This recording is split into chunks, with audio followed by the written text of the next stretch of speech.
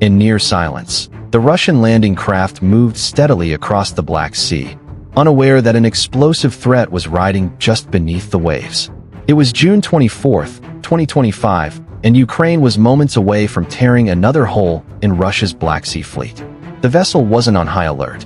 It wasn't zigzagging or taking evasive routes, just a slow, shallow approach along the occupied coastline, likely packed with troops and supplies.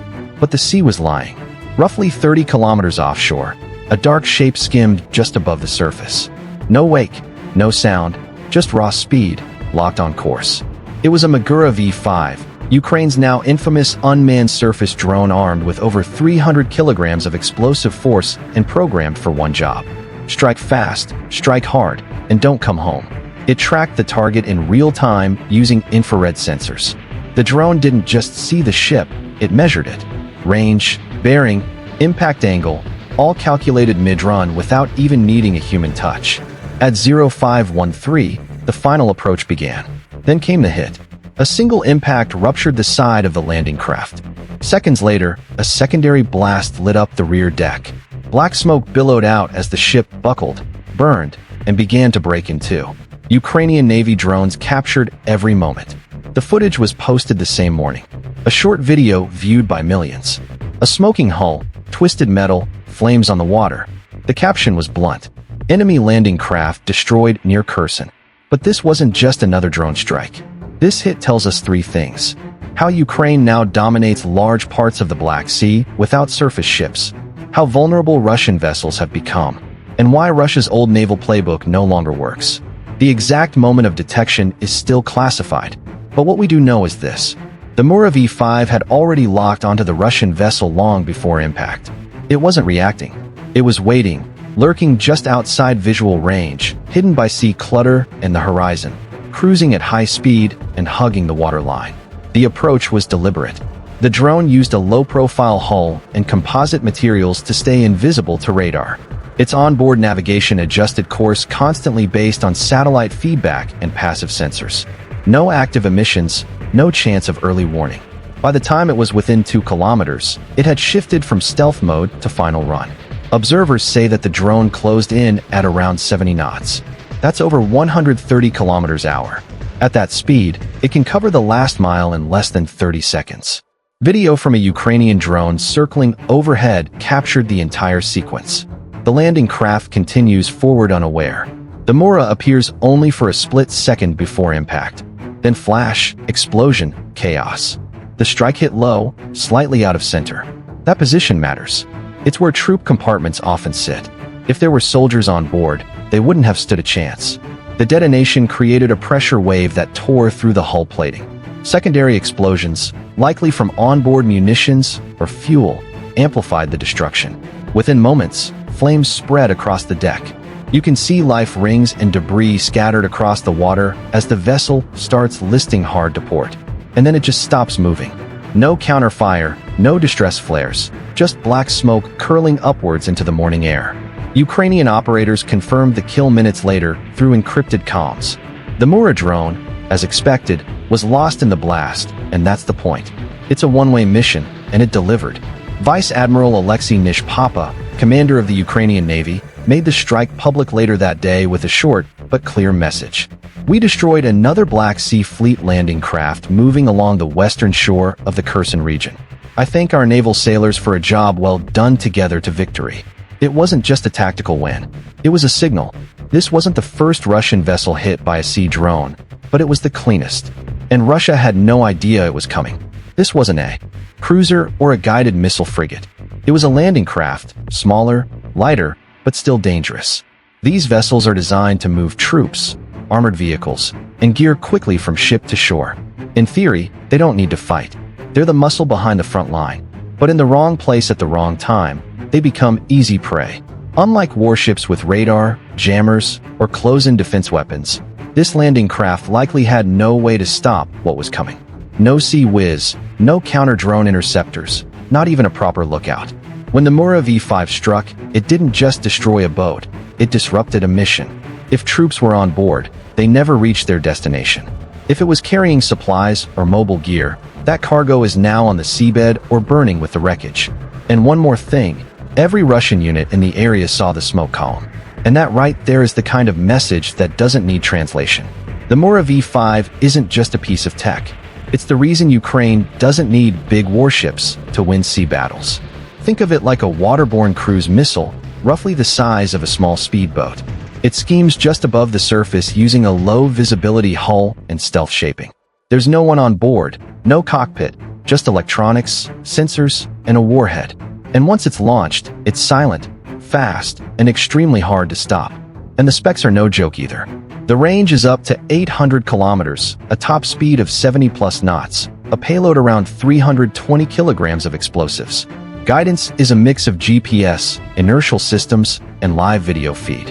And communications are encrypted satellite uplink or a pre-programmed autonomous mode. It's also modular. That means that the warhead can be swapped, the sensors upgraded, and the software adjusted to fit different missions from scouting to direct strikes. In some cases, drones like this are even configured with decoys or jammers to confuse enemy systems. But what makes the Magura V5 especially deadly is how it approaches. It doesn't fly, that means no radar cross-section in the air, no signature overhead. It blends into wave clutter. From a distance, it looks like a piece of driftwood on thermocams until it's too close to stop. Russian ships built for open sea combat weren't designed to spot low-profile targets coming from sea level. Their radars sweep high. Their weapons aim higher. The Magura V5 uses that blind spot to get close, and it doesn't need to survive. It just needs to detonate. And it does not breed alone either. Ukraine has refined tactics where multiple drones, sometimes air and sea, work together. One distracts, another finishes. The V5 is often part of that swarm. It's fast, cheap, and brutally effective. Built in secret workshops, controlled from hidden bases, launched from ports, or even civilian trucks. It's everything a conventional Navy hates. Unpredictable, hard to trace, and damn near impossible to stop once it's on the move. And in this case, the Magura didn't just hit a ship. It proved once again that drones now rule these waters. Behind the joystick, or more accurately, the encrypted laptop, was Ukraine's 385th Unmanned Surface Vehicle Brigade. You probably haven't even heard of them, and that's the point. This is the world's first naval unit made entirely of drone operators. No sailors, no ships, no sonar rooms. Just a network of engineers, technicians, and remote pilots working from bunkers and command centers across Ukraine. They don't need to sail into danger. They send their machines in their place. Formed quietly under Ukraine's Defense Intelligence Directorate or the HUR, the brigade began operations in late 2023, but stayed off the radar both literally and politically. As sea drone warfare ramped up in 2024, this unit became the tip of the spear. And by mid-2025, they weren't just experimental, they were decisive. Each strike mission they launch involves more than just a drone and a target. Teams coordinate satellite reconnaissance, weather models, naval radar blind spots, and Russian communication patterns. Everything is planned right down to the meter. That's 3 feet the Magura V5 that hit the Russian landing craft. It wasn't just launched. It was positioned, guided, and fine-tuned in real time by operators trained for digital warfare on the water. These aren't your average sailors. Some of them are coders. Others are drone racers turned defense contractors. Many come from Ukraine's growing tech military crossover scene. Think less navy blues, more hoodies and keyboards, but with deadly precision. And their impact is growing. Every Russian ship that moves along the southern coastline now has to ask, is the 385th watching? Because if they are, there might already be a Magura on the way. Invisible, silent, and seconds from impact. This wasn't just a tactical win. It was part of a bigger deliberate strategy. Ukraine isn't just trying to damage Russian ships. It's trying to rewrite naval warfare in the Black Sea, and it's working. Since early 2024, Ukraine has launched hundreds of unmanned surface and aerial drone strikes across Crimea, Sevastopol, and occupied coastal zones. The Magura V5 isn't the only tool in play, but it's become the symbol of a new kind of dominance, one that doesn't rely on frigates or submarines, but with speed, stealth, and software. And the numbers back it up. Between January and May 2025 alone, Ukrainian sea drone strikes caused over 10 billion with AB in confirmed damage to Russian naval assets. That includes several Raptor-class patrol boats, the intelligence ship Ivan Kor, and the Caesar Kunikov, a major landing ship blown apart off Crimea's coast. This latest kill near Kherson sends a clear signal. No part of the Black Sea is safe for Russian ships, not even the shallow zones they once considered secure. There's a psychological impact here, too. Russian forces can no longer just operate predictably along the southern front. Resupply routes are under constant threat. Even moving a dozen troops by water now carries a real risk. That forces Russia to rely more on land convoys, which are slower, more vulnerable to air attacks, and easier to intercept. And it's affecting morale. In July 2025, Russia officially scaled down its Navy Day celebrations in St. Petersburg, citing security concerns. But the truth is obvious. A country doesn't cancel a major military holiday unless it knows it can't protect its own coast. This isn't just about Kherson. It's about redefining who controls the water. Ukraine's drone fleet has turned a defensive posture into an offensive dominance. With no navy to match Russia's ship for ship, it simply built a new kind of navy. When they cost less, hits faster, and vanishes after the job is done. The old naval doctrines, hulls, tonnage, and firepower don't apply anymore. The only question that Russia can ask now is, what do we do when the enemy doesn't need ships to sink ours? The wreckage still smokes. Russian units near Kherson are likely rewriting their transport plans as we speak. And somewhere inside a concrete bunker, another Magura is being prepped for launch. This won't be the last hit. Ukraine's drone operators now have a proven system, and they're getting bolder with every success. There's talk of larger payloads, smarter AI routing, even Dronito drone coordination. The ocean doesn't belong to the biggest ship anymore. It belongs to the fastest brain. The message to Moscow is simple. You can't guard every wave. And here's where it gets interesting. Will Ukraine keep targeting small support vessels like this one, chipping away at Russia's logistics? Or will they go big and hunt major surface combatants again? What do you think is the smarter play?